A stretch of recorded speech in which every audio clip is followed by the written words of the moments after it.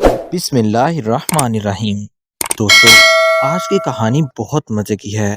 یہ کہانی قوم عاد کی ہے جن پر اللہ تعالیٰ کا عذاب نازل ہوا تھا۔ کہانی سننے والے اس وقت صرف اس کہانی پر توجہ دیں۔ اگر آپ نے ہمارا چینل ابھی تک سبسکرائب نہیں کیا تو ہمارے اس چینل کو سبسکرائب کر لیں تاکہ ہمارے آنے والی ہر نئی کہانی کا نوٹیفیکیشن آپ کو بر وقت مل سکے۔ دوستو، قوم عاد ایک ایسی قوم تھی جو بہت ہی زیادہ طاقتور تھے، پوری دنیا سے زیادہ طاقتور دکھائی دیتے تھے۔ قوم عاد کا قد بہت زیادہ لمبا ہوا کرتا تھا اور ان کی عمر تقریباً 800 سے 9 سال سے اوپر ہوا کرتی تھی۔ قوم عاد کے لوگ جلدی بوڑھے نہیں ہوتے تھے۔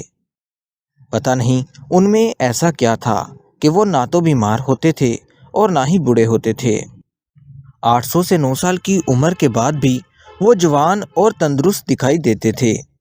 بس جب ان کی زندگی ختم ہو جاتی تھی تب انہیں موت آ جایا کرتی تھی، اس سے پہلے وہ کبھی بیمار نہیں ہوتے تھے۔ قوم عاد کی طرف اللہ تعالیٰ نے حضرت ہود علیہ السلام کو بھیجا۔ حضرت ہود نے قوم عاد کو اللہ تعالیٰ کی طرف بلانا شروع کر دیا اور انہوں نے ایک اللہ کی دعوت دی کہ لوگوں، اللہ کو ماننا شروع کر دو، اللہ ایک ہے، اس کا کوئی شریک نہیں ہے۔ ہود علیہ السلام نے ان لوگوں کو اللہ کی پکڑ سے ڈرایا کہ اللہ سے ڈرنا شروع کر دو، یہ زمین و آسمان بنانے والا صرف اللہ ہے۔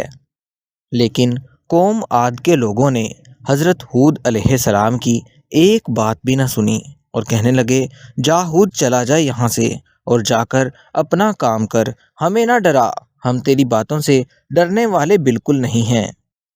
قوم عاد کے لوگ حضرت ہود علیہ السلام سے کہنے لگے، تیرے کہنے پر ہم اپنے باپ دادا کا چال چلن کبھی نہیں چھوڑیں گے، ہم اپنے باپ دادا کی چال چلن ہمیشہ اختیار کر کے رہیں گے، ہم تیری بات پر بالکل یقین نہیں رکھتے، تیرے لیے بہتر یہی ہوگا کہ تو اس ملک سے چلا جا۔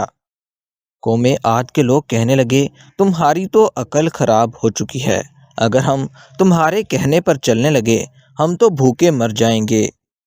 قوم عاد کے لوگ بہت زیادہ ظلم کیا کرتے تھے، انہوں نے شرک، ظلم اور گناہوں کو اپنے اوپر غالب کر لیا تھا۔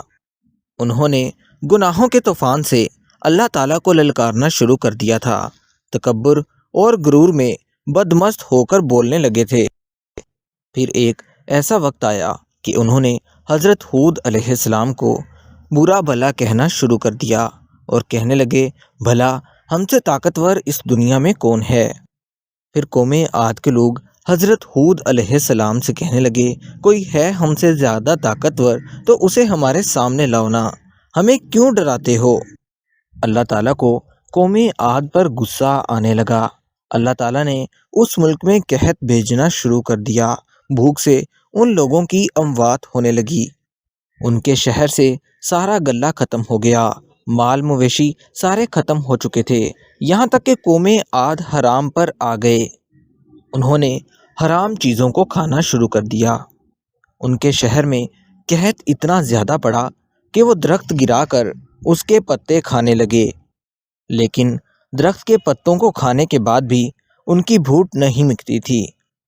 اللہ تعالیٰ نے ان پر شاید اپنا عذاب نازل کر دیا تھا، ان کے شہر میں نہ تو بارش ہوتی تھی اور نہ ہی اناج اگتا تھا۔ بارش نہ ہونے کی وجہ سے ان کے شہر میں قحط پڑ چکا تھا، کھانے کے لالے پڑ چکے تھے۔ جب کھانے پینے کے لیے کچھ نہ ملا تو قوم عاد نے تنگ آ کر اپنا ایک وفد بیت اللہ بھیجا۔ ان کا یہ دستور تھا کہ جب ان پر مصیبت آتی تو وہ اوپر والے کو پکار اٹھتے، یعنی اللہ کو یاد کرنا شروع کر دیتے، اور جب مصیبت ٹل جاتی تو اللہ تعالیٰ کو بھول جایا کرتے تھے۔ جب ان کا وفد بیت اللہ پہنچا اور وہ لوگوں سے کہنے لگے کہ ہمارے لیے اللہ سے دعا کرو کہ ہمارے اوپر بارش برسائے، اللہ تعالیٰ نے ان کی دعا قبول کر لی۔ 3 بادل اتر آئے، ایک کالا، دوسرا سفید اور تیسرا سرخ۔ اللہ تعالیٰ نے قوم عاد سے فرمایا کہ ان تینوں میں سے ایک کا انتخاب کرو کہ تمہیں کون سے والا بادل برسنا ہے۔ قوم عاد کے لوگ آپس میں مشورہ کرنے لگے، وہ آپس میں باتیں کر رہے تھے کہ سرخ بادل میں تو صرف ہوا ہوا کرتی ہے اور سفید بادل خالی ہوتا ہے، کالے میں پانی ہوتا ہے۔ کافی دیر صلاح کرنے کے بعد انہوں نے کہا کہ ہمیں کالا بادل چاہیے۔ اللہ تعالیٰ نے کہا کہ تم اپنے ملک واپس چلے جاؤ۔ جو ان کا وفد بیت اللہ پہنچا تھا اسے کہا کہ تم واپس پہنچو، میں بادل بھیجتا ہوں۔ وہ خوشی خوشی اپنے ملک واپس آ چکے تھے۔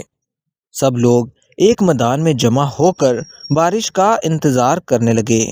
کچھ ہی دیر میں بادل آ گیا۔ وہ بہت زیادہ خوش ہو رہے تھے، ناچنے گانے لگے کہ اب بارش ہوگی اور ہمارا قحط مٹ جائے گا، ہمیں ڈھیر سارا کھانے کو بھی ملے گا۔ لیکن قوم عاد کے لوگوں کو اس بات کا کیا پتہ تھا کہ وہ بارش نہیں بلکہ اللہ تعالیٰ کا عذاب برسے گا۔ وہ اکثر حضرت ہود علیہ السلام سے کہتے تھے کہ لے آؤ جس سے ہم کو ڈراتے ہو۔ بارش برسنے سے پہلے ایک تیز ہوا چلتی ہوئی نظر آئی جس نے ان کو اٹھا اٹھا مارا، ان کے گھر سارے تباہ و برباد کر دیے۔ قوم عاد کے لوگ تینکوں کی طرح اڑ رہے تھے۔ ان میں سے کچھ لوگ اپنی جان بچانے کے لیے غاروں میں گھس گئے کہ یہاں تو ہوا داخل نہیں ہو سکے گی، مگر میرے اللہ کا حکم تو ہو کر ہی رہتا ہے۔ اللہ تعالیٰ نے ان پر ایسا شدید عذاب نازل کیا کہ وہ دیکھتے ہی رہ گئے۔ ہوا غاروں میں بھی وہ گولے کی طرح داخل ہوتی اور ان کو باہر اٹھا کر پھینک دیتی تھی۔ کافی دیر ہوا چلنے کے بعد اللہ تعالیٰ نے حضرت ہود علیہ السلام سے فرمایا، کیا کوئی باقی بچا ہے؟ اللہ تعالیٰ نے اس قوم کو ہلاک کر کے دکھایا اور کہا کہ جب تم اللہ اور اس کے رسول کی نافرمانی کرو گے تو تمہارے ساتھ یہی سب کچھ ہوگا۔ اللہ تم پر ایسی جگہ سے عذاب بھیجے گا جہاں سے گمان بھی نہ ہوگا۔ اللہ تعالیٰ نے قوم عاد کو برباد کر ڈالا تھا، ان کا ایک شخص بھی باقی نہیں بچا تھا۔